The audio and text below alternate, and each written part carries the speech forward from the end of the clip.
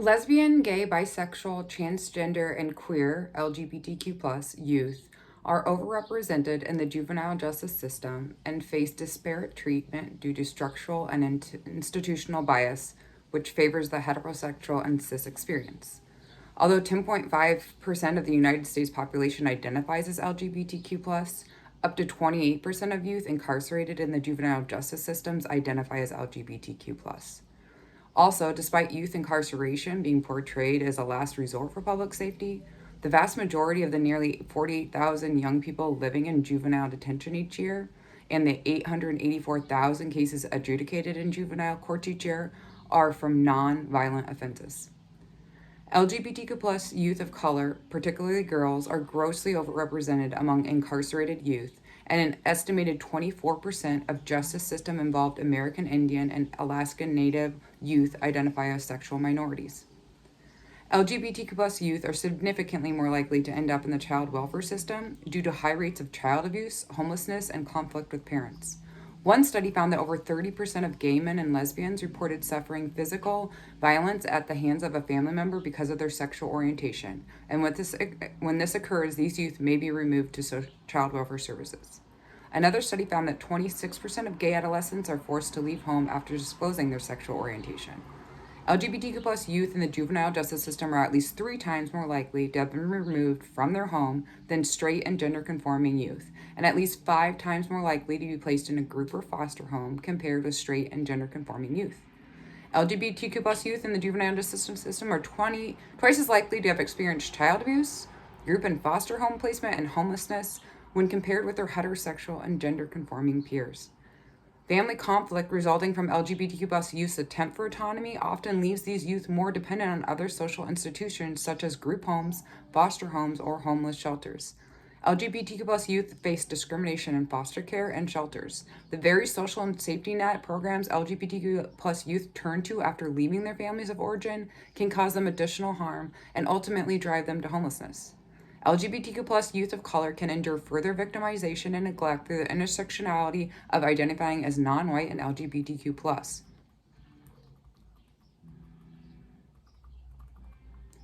Some race and gender biased harassment and physical violence within these organizations leads some LGBTQ+ youth of color to opt out of these organizations and choose the relative safety of the streets.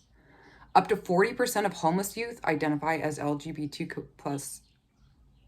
LGBTQ+ youth are 120 times more likely to experience homelessness than heterosexual and cisgender youth. Within this pernicious style of abuse, family rejection, and detention, LGBTQ+ youth are removed from their home of origins and encounter the child welfare system, which places them at greater risk of juvenile justice involvement. LGBTQ+ youth who are on the streets without adequate form of social support are also at a high risk of commercial sexual exploitation, either by force or for survival income. 40.4% of LGBTQ+ juvenile justice girls reported direct commercial sexual exploitation involvement compared with 13% of non-LGBT+ juvenile justice girls. These higher rates represent one pathway through which LGBT+ youth receive disproportionate attention from and contact with the juvenile justice system. LGBTQ+ youth in the sex trade and street economies experience regular institutional violence when they reach out to state institutions. Prostitution laws have long been based on antiquated negative stereotypes of sex work, and LGBTQ+ youth who engage in survival sex work are overrepresented in juvenile justice systems for prostitution-related charges. The findings for one national survey found that 10% of gay, bisexual, and questioning boys were detained for prostitution, compared with 1% of their heterosexual peers. 11% of lesbian, bisexual, and questioning girls were detained for prostitution, compared with 5% of their peers.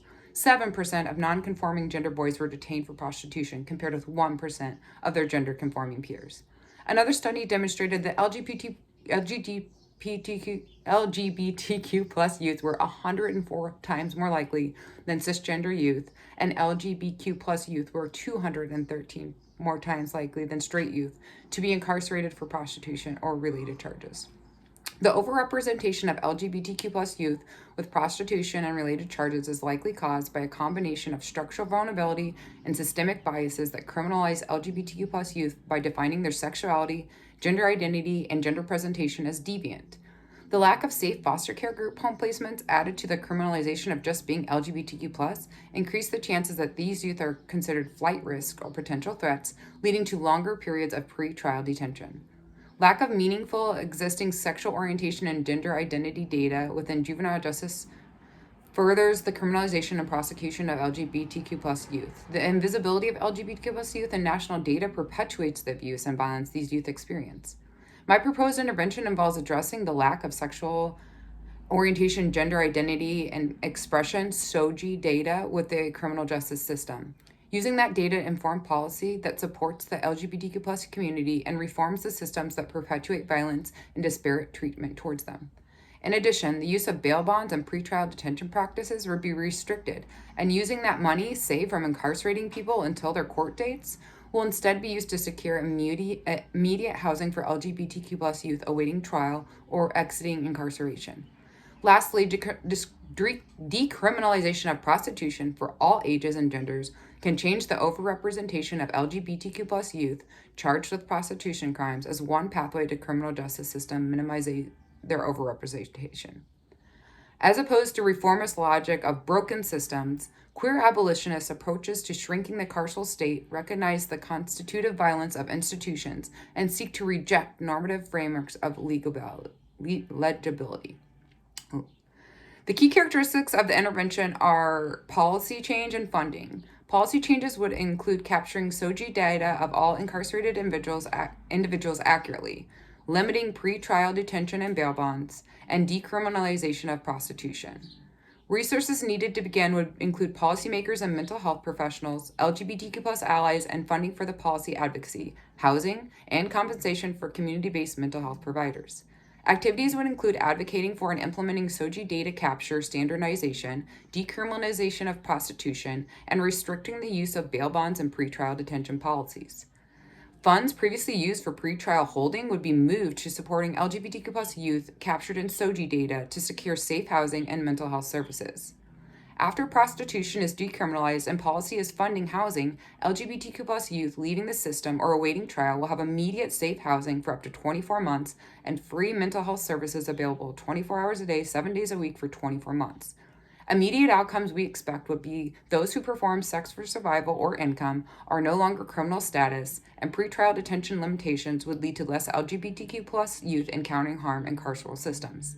The long-term outcome would be ultimately that LGBTQ plus youth are no longer overrepresented in the juvenile justice system and instead have safe housing and time to mature and strengthen healthy behaviors such as caring for their mental health. This policy reform and advocacy must include LGBTQ plus youth and their allies. Participatory models improve outcomes for system-involved LGBTQ plus youth, especially youth of color. This practice is effective because it empowers the youth, instead of adults, to define the problem, which leads to solutions to reform problematic systems they might not have yet been considered by others, and treats youth as actors with agency to change their own lives. Creation of LGBTQ plus supportive housing as an alternative pre-detention and safe pathway post-incarceration can keep young people tied to their communities, build positive relationships with adults and peers, and keep youth monitored at the lowest necessary level of supervision.